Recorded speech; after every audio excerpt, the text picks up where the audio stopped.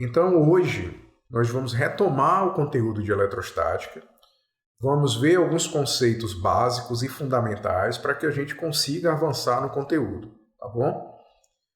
Bom, a eletrostática, ela tem como objetivo principal estudar os fenômenos que ocorrem quando cargas elétricas estão em repouso, certo? Em relação a um determinado referencial. E nesse ponto, quando a gente começa a estudar, ela diferencia um pouco lá do que da outra parte que é chamada de eletrodinâmica. Na eletrodinâmica, nós vamos estudar cargas elétricas em movimento. Já na eletrostática, a gente estuda as cargas elétricas, fenômenos que envolvem cargas elétricas em repouso em relação a um determinado referencial. Bom, mas o que é uma carga elétrica? A gente precisa saber que a carga elétrica ela vai ser uma propriedade associada a certos tipos de partículas elementares. Então, essas partículas podem ser elétrons, podem ser prótons, podem ser antiprótons, podem ser pósitrons, etc. Vários outros tipos de partículas existem. Aqui, no nosso caso, a gente só deve se preocupar, embora eu esteja dando nomes de outras partículas para vocês, aqui nós vamos nos preocupar somente com os elétrons e com os prótons. São as duas partículas elementares que nós vamos nos preocupar, certo? São as duas partículas que a gente vai comentar aqui o tempo todo, né? Citar o tempo todo e sempre estar discutindo sobre isso. O que é importante? O que é importante a gente saber? Que não interessa qual seja essa partícula elementar, seja elétron, seja próton, existe uma propriedade que a gente chama de carga elementar, certo? Isso aqui a gente chama de carga elementar. Carga elementar. E essa carga elementar, ela tem esse valor característico. Essa carga elementar, ela tem esse valor característico, que é o valor de 1,6 vezes 10 a menos 19 coulombs. Então, esse C aqui significa coulomb. Coulomb, certo? Então, 1,6 vezes 10 a menos 19 coulomb é chamado de carga elementar.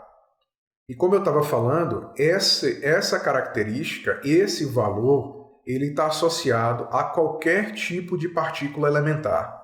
Qual é a única diferença que tem de uma para outra? É o sinal. Só o sinal. Por exemplo, a gente sabe que o elétron é uma carga negativa e que o próton é uma carga positiva. Então, se o elétron é uma carga negativa, essa carga elementar aqui, que representa do elétron, para o elétron, essa carga elementar ela vai ser escrita como menos 1,6 vezes 10 elevado a menos 19 coulombs. Já para o próton, essa carga elementar vai ser escrita como E igual a 1,6 vezes 10 a menos 19 coulombs. Certo? Então, que vocês podem ver que a única coisa que muda de um para o outro é o sinal, só o sinal, certo? Então, a carga elementar do próton é positiva, enquanto a carga elementar do elétron ela é negativa. Então, esse é o ponto que a gente precisa lembrar, né? A carga elementar vai ser sempre a mesma. Embora a gente não trabalhe aqui com antiprótons, o antipróton também vai ter uma carga elementar 1,6 vezes 10 a menos 19. Qual a única diferença para as outras? O sinal, certo? O antipróton, por exemplo, só a título de curiosidade para vocês, ela é uma antipartícula do próton, certo? É uma antipartícula do próton, ou seja, ela apresenta características contrárias à do próton. Então, como eu acabei de falar para vocês, se o próton é positivo, o antipróton ele é negativo, certo? Então, se a gente fosse escrever aqui a carga elementar do antipróton, seria igualzinho à carga elementar do elétron, menos 1,6 vezes 10 elevado a menos 19 coulomb. Tá bom? Então, vamos lá. Então, agora a gente já sabe que as cargas elétricas, né, que nós vamos trabalhar são basicamente os elétrons e os prótons. Lembrando que o elétron é negativo e o próton é positivo. Aí existe um conceito que a gente usa bastante, que é o que a gente chamar determinados corpos de eletrizados. O corpo ele é definido como eletrizado quando ele vai apresentar para vocês um excesso ou uma falta de elétrons.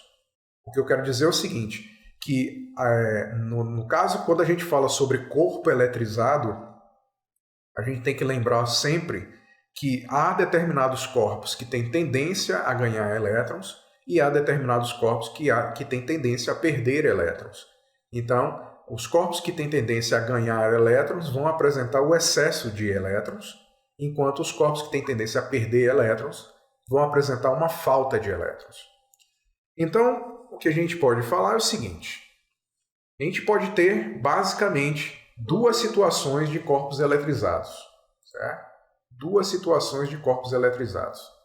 A primeira, vamos colocar aqui, vamos apresentar a primeira situação, uma em que o corpo apresenta um excesso de elétrons. Então, quando o corpo tem um excesso de elétrons, a gente faz o seguinte, a gente mostra um corpo rodeado de sinais negativos.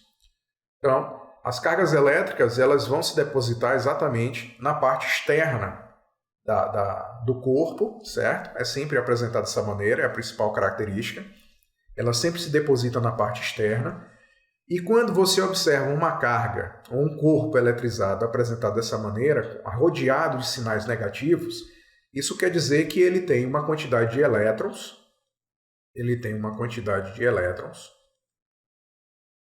maior do que a quantidade de prótons, certo? A quantidade de elétrons é muito maior do que a quantidade de prótons.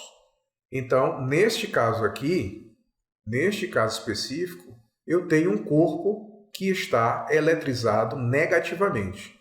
Então, esse corpo ele está eletrizado negativamente.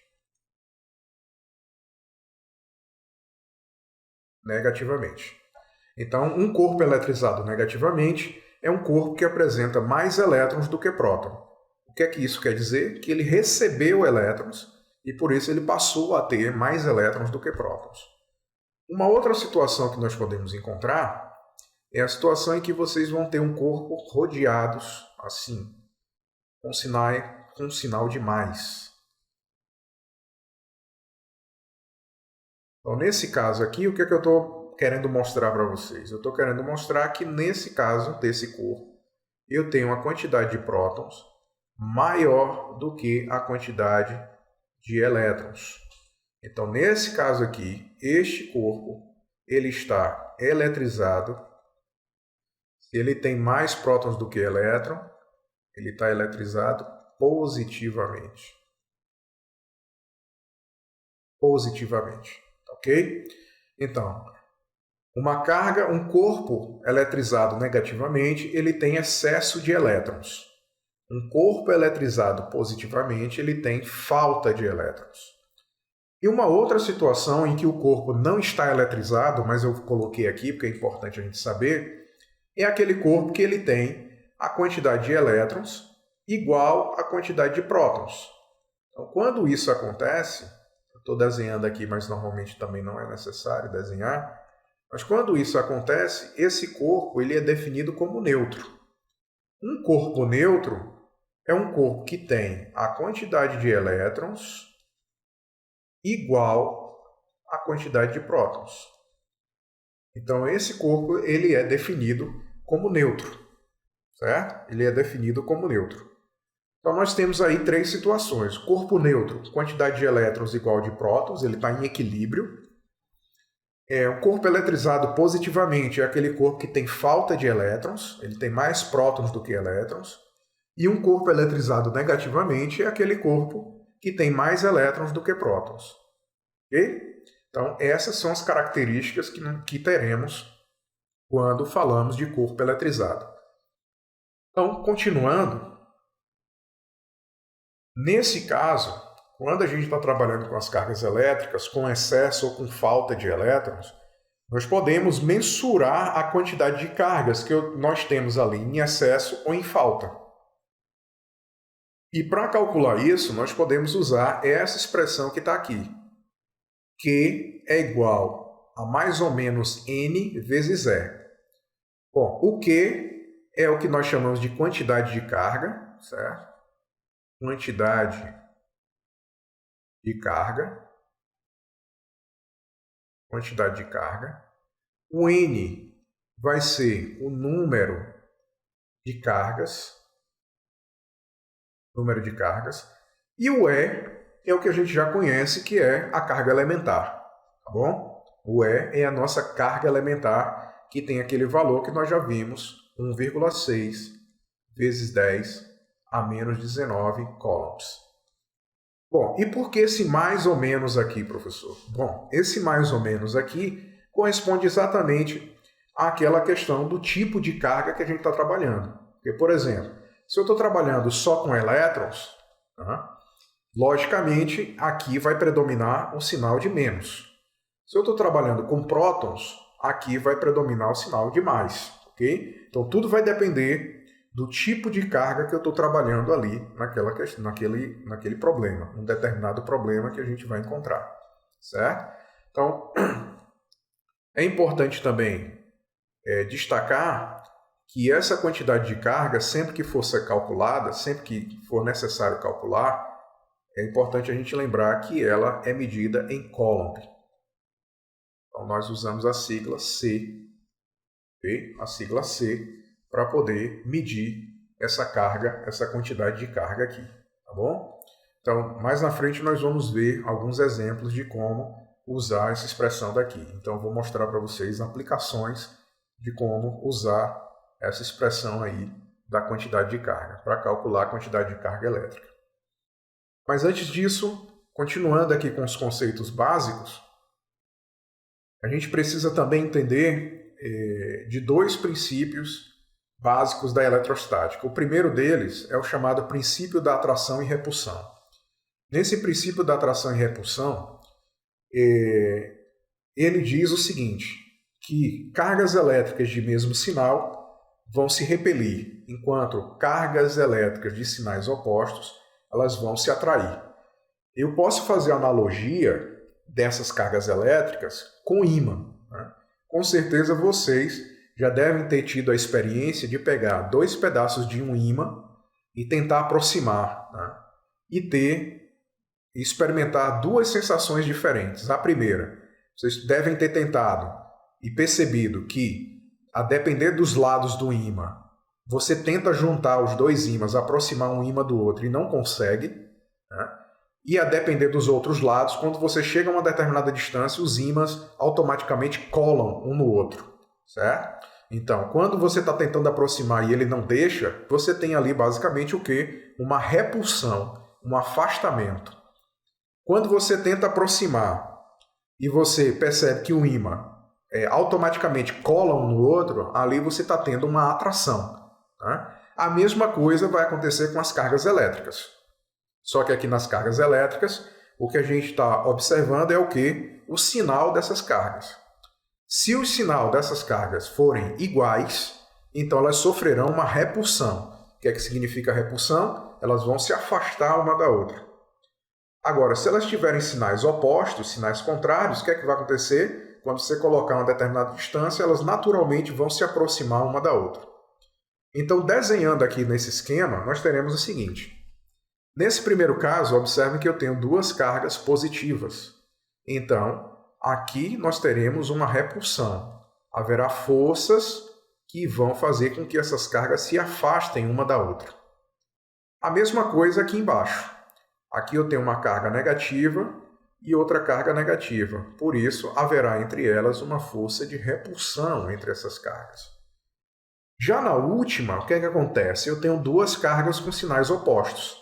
Como os sinais são contrários, o que é que eu vou ter? Eu vou ter uma atração entre essas duas cargas. Então, elas vão se aproximar uma da outra. Né? Sempre que eu colocar cargas de sinais opostos, uma em presença da outra, eu terei ali uma atração. As cargas vão se aproximar uma da outra. Bom? Então, Vejam que esse primeiro princípio ele é simples. Princípio da atração e repulsão. O que é que ele diz? Cargas de sinais iguais sofrem repulsão. Cargas de sinais opostos sofrem atração. Basicamente é isso. Não tem outro segredo, nem não tem mais nada além disso. O outro princípio é o chamado princípio da conservação das cargas elétricas. Nesse princípio da conservação, ele diz que, ao colocarmos cargas elétricas em um sistema isolado, então imagine que o sistema isolado é praticamente, digamos que você pega vários objetos e coloca dentro de uma caixa e ela é isolada a tal ponto que nada do lado de fora, nada do meio externo consiga influenciar. Então isso é um sistema isolado, certo? Bom, o que ele diz é que quando você coloca cargas num sistema isolado, dentro de um sistema isolado, a soma do valor de todas as cargas dentro desse sistema tem que ser igual à soma dessas cargas depois que elas interagem, certo? Porque assim, você coloca as cargas dentro de uma caixa e depois de algum momento elas vão interagir entre elas, certo? Então, antes dela interagir, se você somar o valor dessas cargas e depois que ela interagir, você somar o valor dessas cargas também, o que a gente vai perceber é que esse valor vai ser exatamente o mesmo. Ele não vai mudar, vai ser exatamente o mesmo. Então, o princípio de conservação da carga, ele corresponde a isso. Ele só quer dizer que as cargas, a soma total das cargas antes de qualquer interação é sempre igual à soma total das cargas depois de qualquer interação. Então é isso que eu estou dizendo basicamente aqui nessa equação que eu estou mostrando aqui. Q1 mais Q2 tem que ser igual antes, esse momento aqui que representa aqui é antes, é igual à soma das cargas depois. Aí eu vou mostrar para vocês um exemplo aqui embaixo. Observem aqui esse primeiro quadro aqui. Nesse primeiro quadro eu tenho uma carga A que vale 6Q, tem uma carga B que vale menos 3Q e tem uma carga C que vale Q. Observe que desse ponto para esse, observe que as cargas A e C interagem entre elas. A B está separada aqui, a B não interagiu. Aí depois A e C se separam, vejam aqui na última caixa, elas se separam. E o que é que a gente observa aqui depois que elas se separam? Que A agora mudou o seu valor, deixou de ser 6 e passou a ser 5. E a carga C, que antes tinha valor Q, agora passou a ser 2Q. E a carga B, que antes tinha menos 3Q, continuou menos 3Q. Por que continuou? Porque ela não interagiu com ninguém. Mas aí o que é que eu quero que vocês observem? Eu quero que vocês observem o seguinte. Se eu pegar aqui e somar a carga total que eu tenho aqui, vai ficar o seguinte. 6Q. B é negativo, então vai entrar aqui menos 3Q. E C é nada mais, nada menos que Q. Se eu resolver essa continha aqui, vai dar quanto? 6 menos 3 dá 3. 3 mais 1 vai dar 4. Então, isso aqui vai dar 4Q. Então, vejam que isso aqui representa o quê? O momento antes. Antes. Ok? Aí vamos ver agora essa situação aqui. Eu vou chamar de Q total, eu vou chamar de Q'.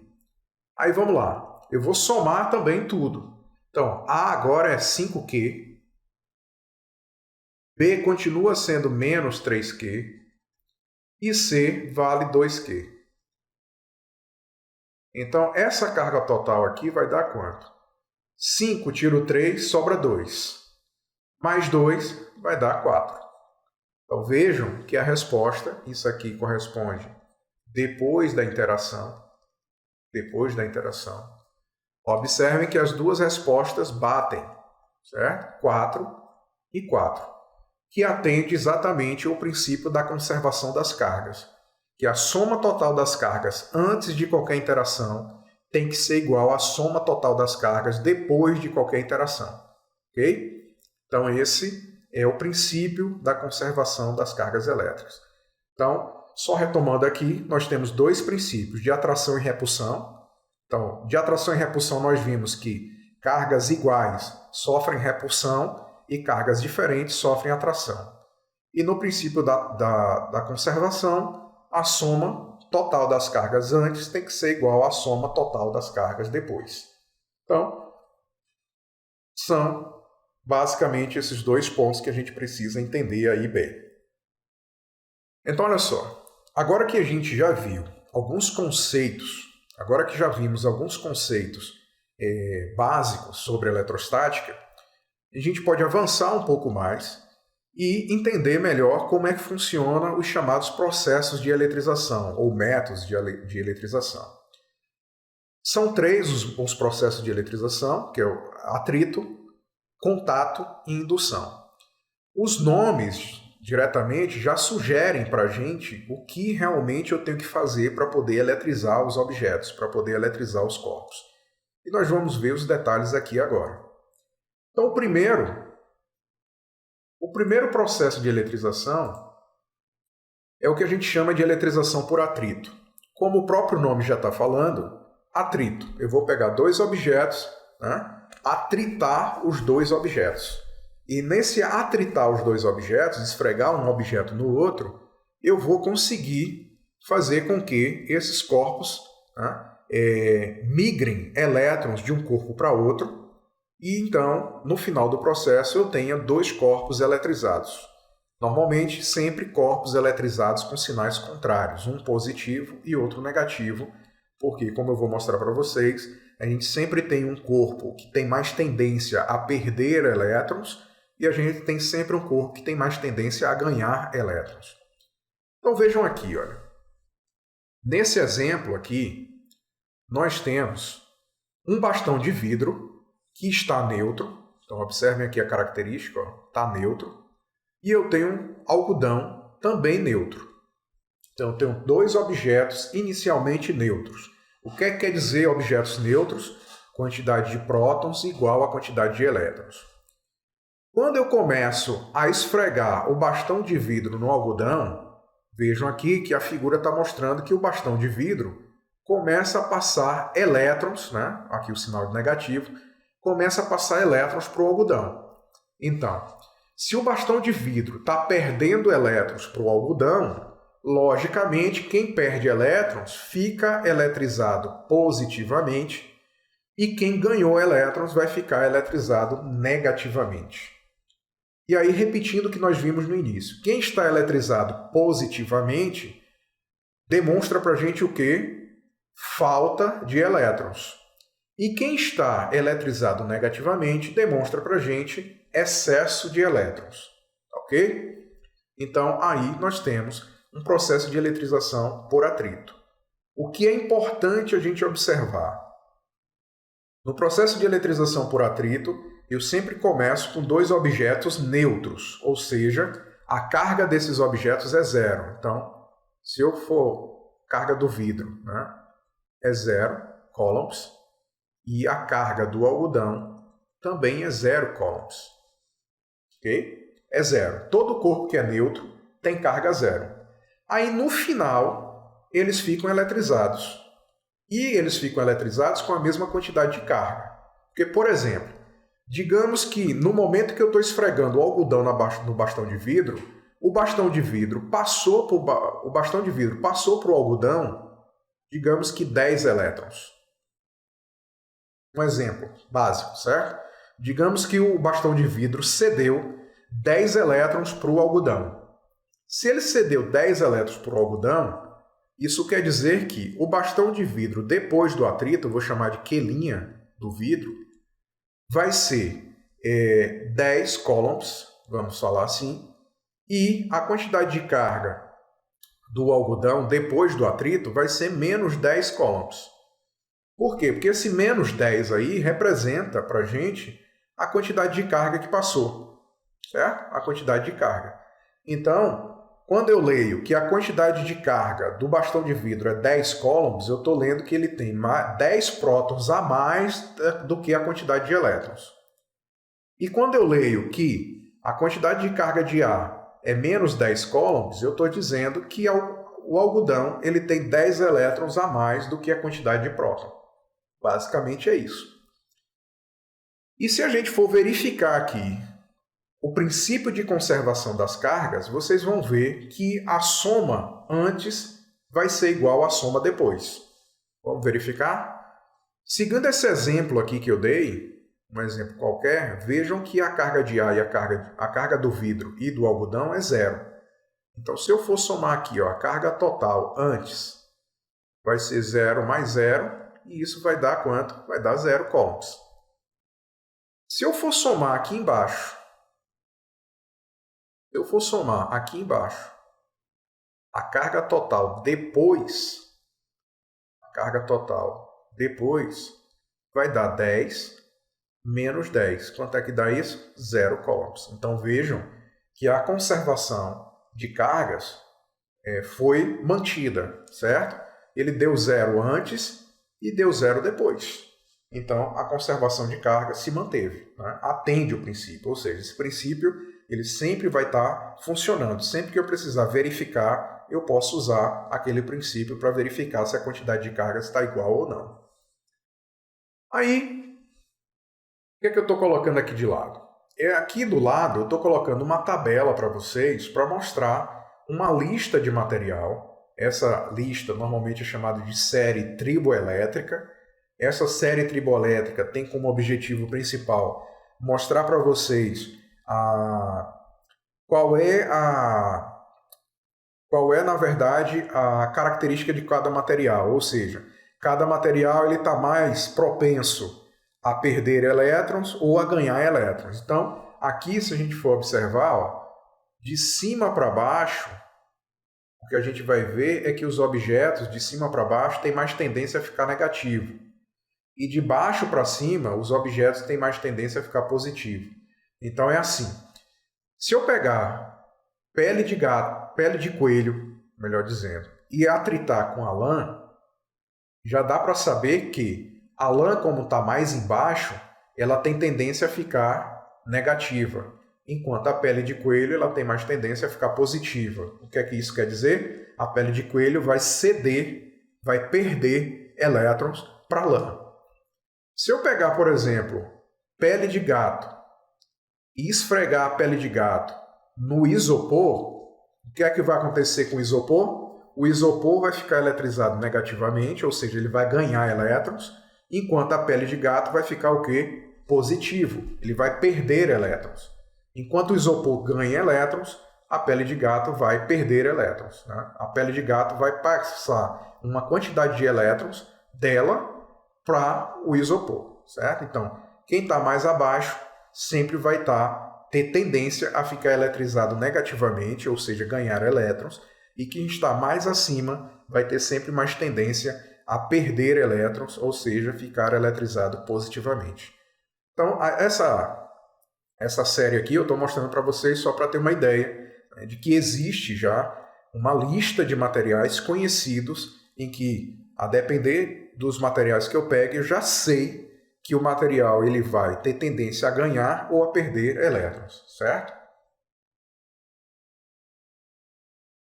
Então, tudo isso vai depender da característica do material. Cada material vai ter uma característica, né, uma tendência a ganhar ou a perder elétrons. Então, vamos lá. Então, só para a gente reforçar aqui, no processo de eletrização por atrito, eu começo com dois objetos, dois corpos neutros, e depois do atrito, o que é que a gente observa? Que um fica eletrizado positivamente e o outro fica eletrizado negativamente, certo? E o atrito é o quê? Pegar um corpo e esfregar um corpo no outro. O segundo processo de eletrização é o que a gente chama de contato. Então, contato vai acontecer como? Como vocês podem ver aqui na figura, eu simplesmente pego um objeto e toco no outro, certo? Eu estou tocando um objeto no outro. Aí, quais são as características importantes que a gente tem que observar aqui nesse caso? Primeiro, eu sempre preciso de pelo menos um corpo eletrizado. Um corpo eletrizado, pelo menos um. Os dois também podem estar eletrizados? Também podem, mas eu preciso de pelo menos um. Vejam que nesse exemplo aqui, a esfera B ela começa neutra. Veja que a carga inicialmente é zero. Tá vendo? É zero. E só depois que ele se eletriza, ele só se eletriza depois que ele toca na esfera A. Então, esse processo de eletrização é chamado de contato. Então, nesse contato, o que é mais que vocês estão vendo aqui nessa figura? Que a carga B, que antes era neutra, também fica negativa. Então, uma característica é que, num processo de eletrização por contato, depois do contato, todas as cargas têm o mesmo sinal. Todas as cargas têm o mesmo sinal, certo? Então, aqui eu tenho um processo de eletrização que está acontecendo. Mas eu vou explicar para vocês aqui com maior detalhe aqui separado, né? Vamos repetir o que está acontecendo aqui nessa figura, certo? Só que de uma forma para eu explicar com mais detalhes. Então, digamos que eu tenho aqui a esfera A está negativa. E agora eu vou aproveitar e vou dizer que a carga A ela tem aqui menos 50 coulombs de carga. E eu tenho a carga B neutra. Essa carga B, a carga vale 0 coulombs. 0 coulombs. Aí vamos lá. Aí eu pego a carga A, que é negativa, e coloco em contato com a carga B, que é neutra. Carga B. Quando eu separo essas duas cargas, quando eu separar essas duas cargas, o que é que eu vou perceber? Eu vou perceber que a carga A continua negativa e o objeto B, a esfera B, agora vai passar a ser negativa. Mas a pergunta importante é a seguinte: qual o valor dessas cargas depois do contato? Para a gente descobrir é simples. Basta eu usar uma expressãozinha aqui, ó, Q' vai ser igual à soma da carga. A carga de A mais a carga de B dividido por 2. Por que eu estou dividindo por 2? Porque eu tenho duas cargas entrando em contato uma com a outra. Se eu usar 3 cargas, eu vou somar as 3 e dividir por 3. Se eu usar 4 cargas, eu vou somar as 4 e dividir por 4. Ok? Então, o número que vem na divisão vai ser sempre correspondente à quantidade de cargas que eu tenho postas em contato. E esse contato tem que ser ao mesmo tempo, tem que ser simultâneo. Eu pegar, por exemplo, 4 cargas, colocar todas as 4 em contato ao mesmo tempo. Aí, se eu fizer isso, né, eu vou somar o valor das 4 e dividir por 4. Nesse exemplo que eu estou mostrando para vocês, como eu estou colocando só 2, eu vou dividir por 2. Então, esse aqui vai dar o quê? Vai dar menos 50 mais 0 dividido por 2. Bom, menos 50 mais 0 vai dar menos 50. Que dividido por 2 vai dar menos 25 coulombs. Então, vejam só. A carga de A depois do contato é menos 25 coulombs. E a carga de B depois do contato também vai ser menos 25 coulombs. Então, as duas cargas terão, no final das contas, cargas de mesmo valor e de mesmo sinal. Certo? De mesmo valor e de mesmo sinal. Então, vamos ver outra situação. Digamos que eu tenho agora uma carga A positiva, certo? E vamos ver aqui uma outra situação em que eu tenho a carga B. Agora a carga B não vai ser neutra, ela vai ter um valor. Então vamos lá. Digamos que a carga A tenha valor 20 coulombs. E a carga B tenha valor 40 coulombs. Ou 40 não, menos 40, né? Menos 40. Então vejam que é uma situação um pouco diferente. Agora eu tenho duas cargas eletrizadas. Quando eu coloco essas duas cargas em contato, uma com a outra, então se eu colocar A, que é positiva, em contato com B, que é negativa, e separar essas duas cargas depois, então A e B, eu quero saber qual é o sinal dessas cargas e qual o valor delas. Então, para a gente descobrir o que é que eu vou ter que fazer, de novo, usar essa continha aí. Ó. A quantidade de carga depois vai ser o quê? A quantidade de carga de A mais a de B dividido por 2. Eu estou botando só duas cargas em contato. Então, A vale 20 e B vale menos 40. Então, o menos daqui com o mais daqui dá menos, né? Mais com menos dá menos. dividido por 2. Então, 20 menos 40 vai dar menos 20. Né? Sinais opostos, subtrai concepcional do maior. E dividido por 2 vai dar menos 10 coulombs. Então, esse é o valor, o novo valor da carga. Então, vejam que agora A vai ser negativo e B também vai ser negativo. Qual o valor da carga de A? O valor da carga de A depois vai ser menos 10 coulombs. E o valor da carga de B depois também vai ser menos 10 coulombs. Certo? É o mesmo valor para todo mundo. É o mesmo valor para todo mundo. E um ponto que é importante a gente observar é o seguinte. Nesses casos aqui, se eu quiser verificar o princípio de conservação das cargas, eu também consigo verificar. Né? Por exemplo, se a gente somar aqui o valor dessas duas cargas, vai dar menos 50. E se vocês somarem o valor dessas duas cargas aqui depois do contato, também vai dar menos 50. Certo? Dá a mesma coisa. Se a gente somar essa carga com essa, vai dar menos 20. E se a gente somar o valor dessa carga com essa, também vai dar menos 20. Então vejam que a soma antes está sendo igual à soma depois. Né? O princípio da conservação das cargas é atendido, certo? Então, esse é o processo de eletrização por contato. Okay? Processo de eletrização por contato, o que é a gente importante lembrar?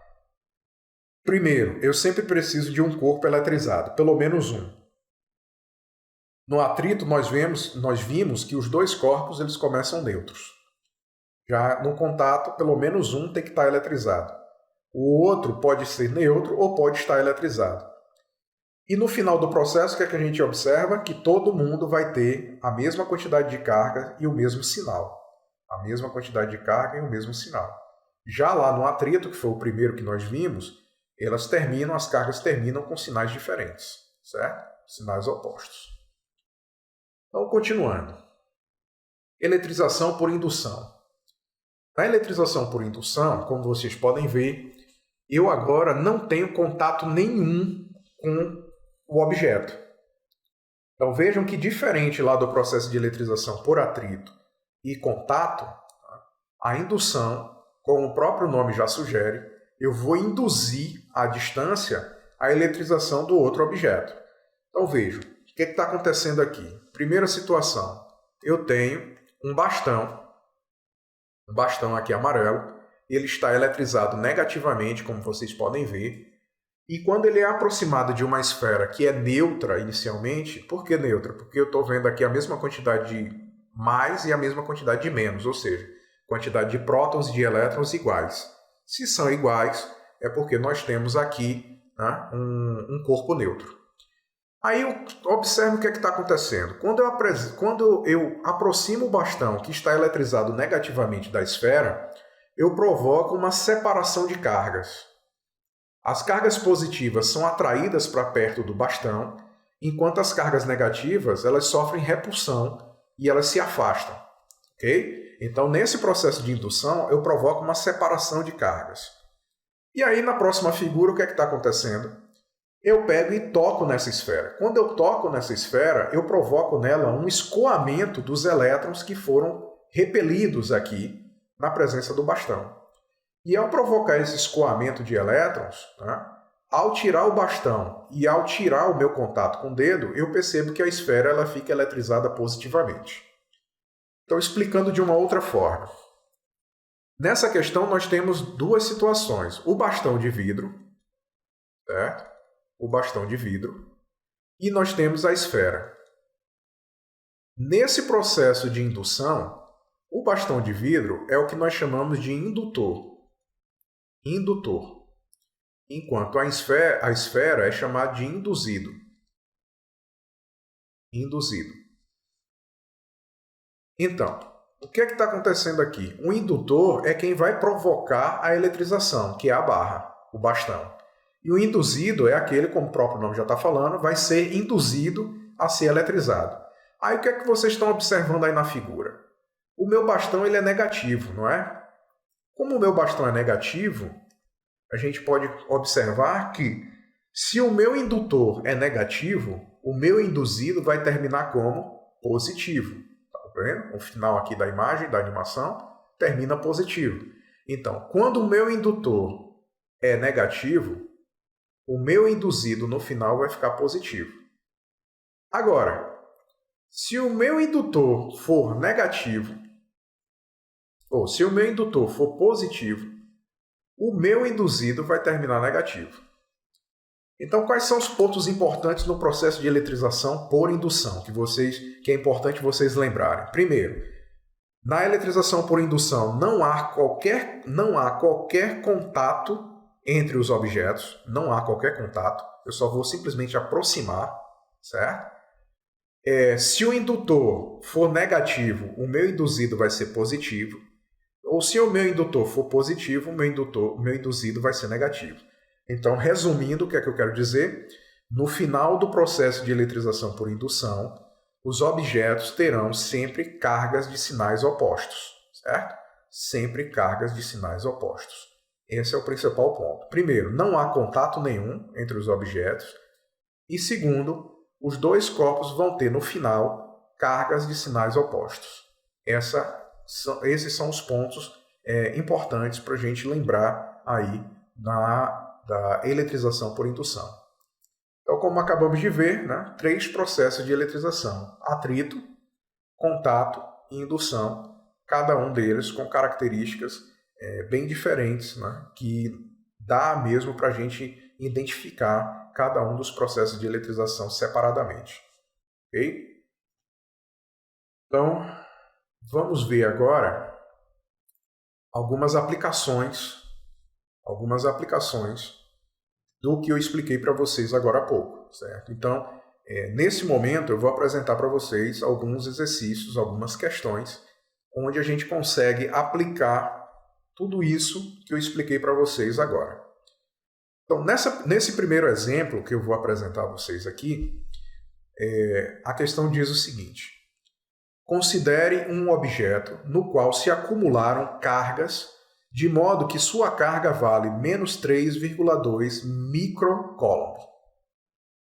Levando em conta que a carga elementar tem módulo 1,6 vezes 10 a menos 19 coulomb, ele pergunta: as cargas que se acumularam nesse objeto são devidas a prótons ou elétrons?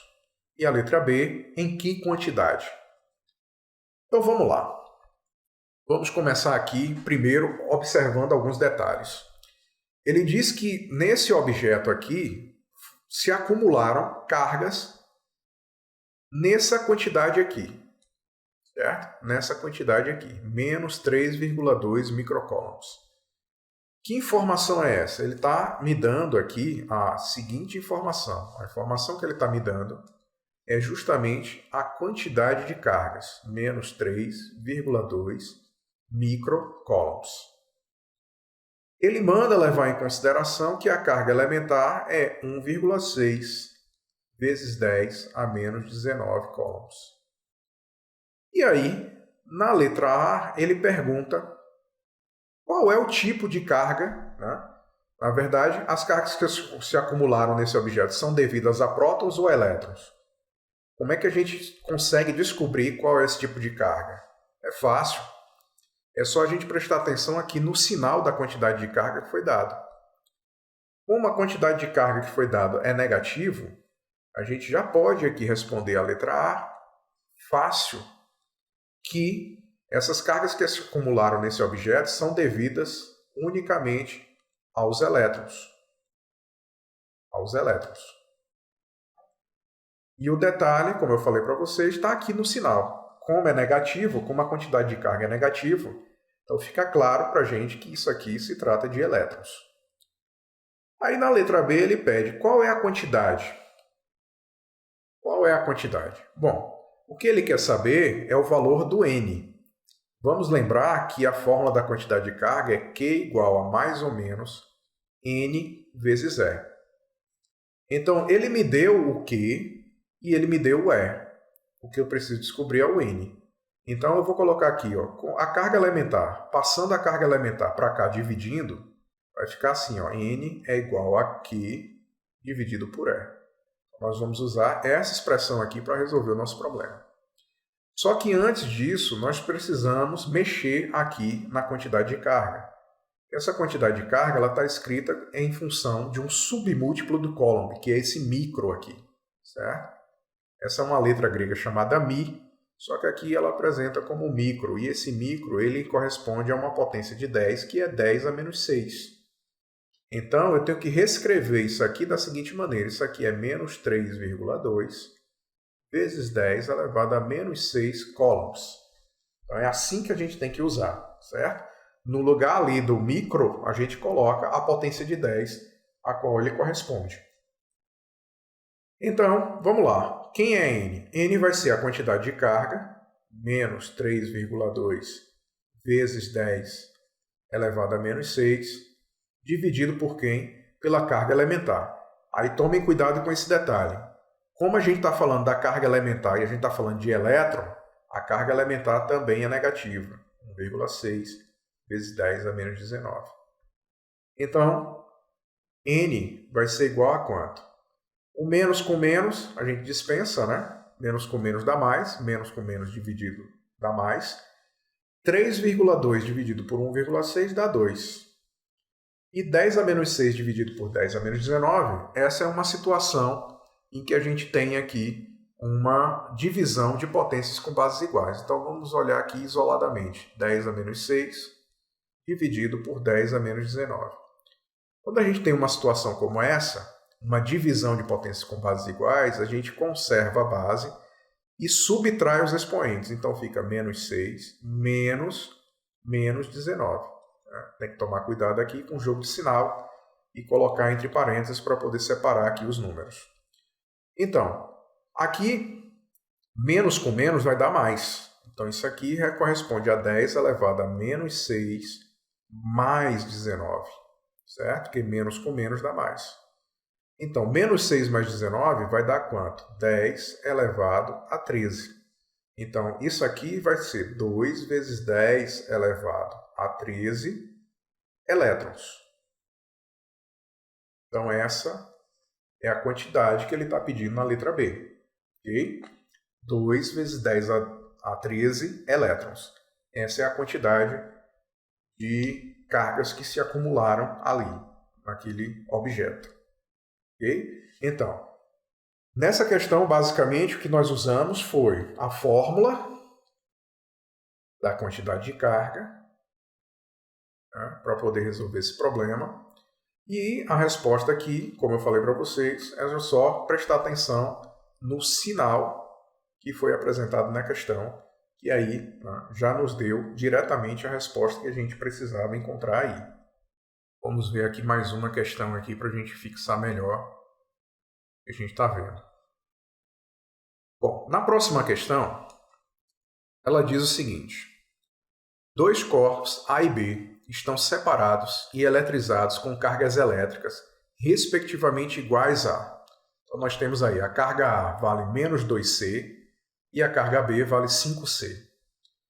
Então, colocando em contato, o corpo A transfere 1 vezes 10 a 19 elétrons para o corpo B, sendo em seguida separados. Então, ele nos dá aí a carga elementar também, que a gente já conhece. E a letra A ele pede o seguinte: qual era a quantidade total de carga existente no ambiente antes de haver o contato? Então, olha só, vamos lá. Letra A, ele quer saber qual é a carga total existente no ambiente antes da gente colocar essas duas cargas em contato. Então é fácil, né? O que é que a gente tem que fazer para descobrir a carga total? Somar a carga de A mais a carga de B. Então, nós vamos resolver aqui. Carga total vai ser igual a quem? A carga de A vale menos 2 e a carga de B vale 5. Então, menos 2 mais 5, isso vai dar 3. 3 o quê? Coulombs. Pronto, letra A resolvido. A única coisa que ele me pediu foi a quantidade total de cargas antes de colocar A e B em contato. Então, só fiz isso. Somei e encontrei o valor da carga.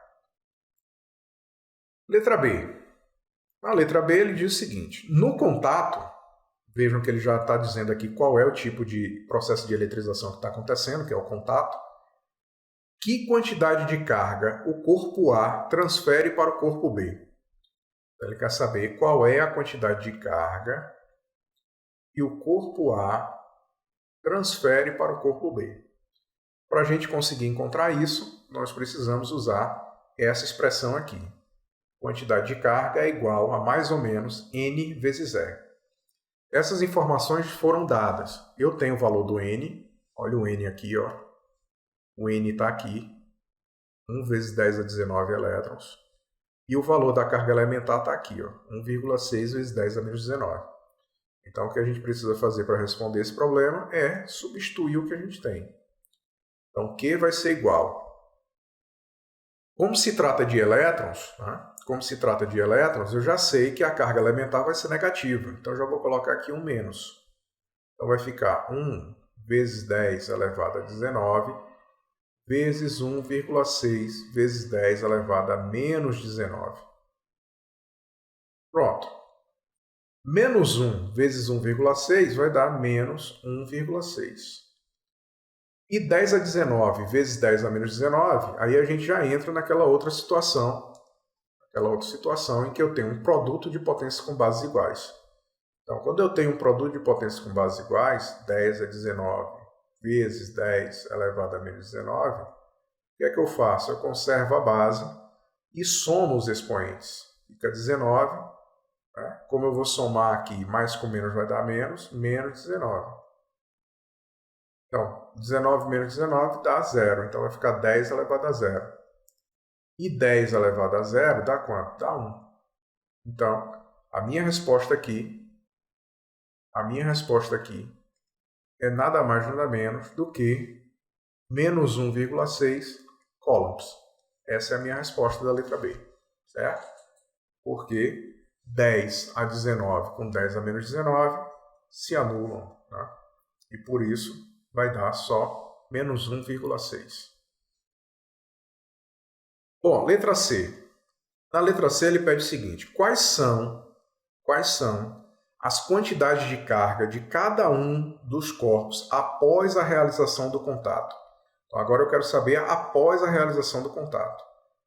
Para calcular após a realização do contato, basta fazer o quê? Somar. A carga que eu tinha antes, por exemplo, de A, a carga que eu tinha antes de A é menos 2. Só que ele cedeu para B menos 1,6. Então, aqui eu vou fazer o quê? Eu vou colocar a carga de A, que é menos 2, certo? Menos 2, menos 1,6. Por que eu estou subtraindo? Porque a A cedeu carga, ela cedeu elétrons. Como ela cedeu elétrons, é negativo. Aí, fazendo o jogo de sinal aqui, vai dar menos 2, menos com menos vai dar mais, 1,6. E menos 2 mais 1,6 vai dar menos 0,4 coulombs. Então, esse é o valor da carga de A depois do contato. A mesma coisa eu vou fazer com B. Qual é a carga de B depois? Eu vou pegar a carga antes, que é 5, e vou somar com a carga de B, que é quanto? Menos 1,6. Então, mais com menos vai dar menos, então vai ficar 5 menos 1,6, e isso vai dar 3,4 positivo, 3,4 coulombs. Então, nós temos aí o valor da carga de A e o valor da carga de B, que são as cargas depois do contato, o valor das cargas depois do contato. Ok? E a letra D, por sua vez, ele pede que tipo de força de atração ou repulsão existe entre os corpos antes e depois de ter havido o contato. Então, na letra D, ele quer saber qual é o tipo de interação que existe entre as cargas, tanto antes como depois. Para isso, tá, é fácil a gente responder, por quê? Basta a gente olhar o sinal das cargas.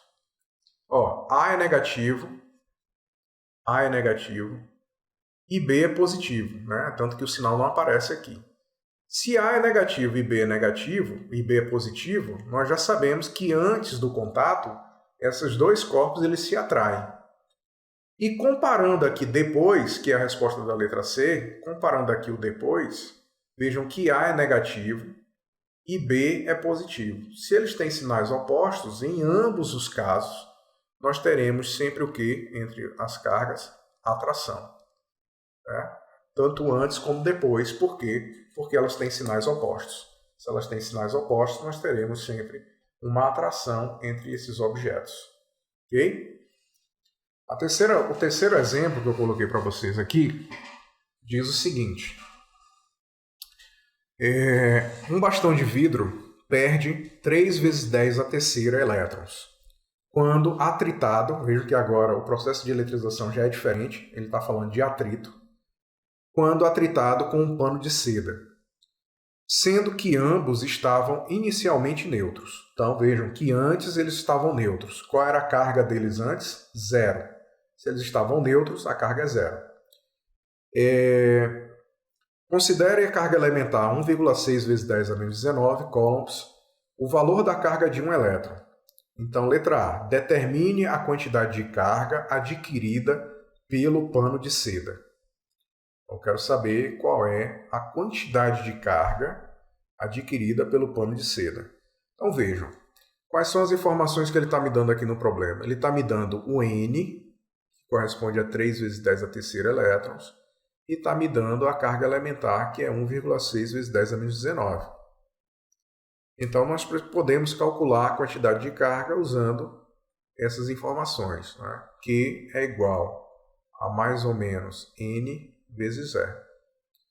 Então, como eu quero descobrir a quantidade de carga, eu vou substituir o que eu tenho aqui. Então, Q é igual a N.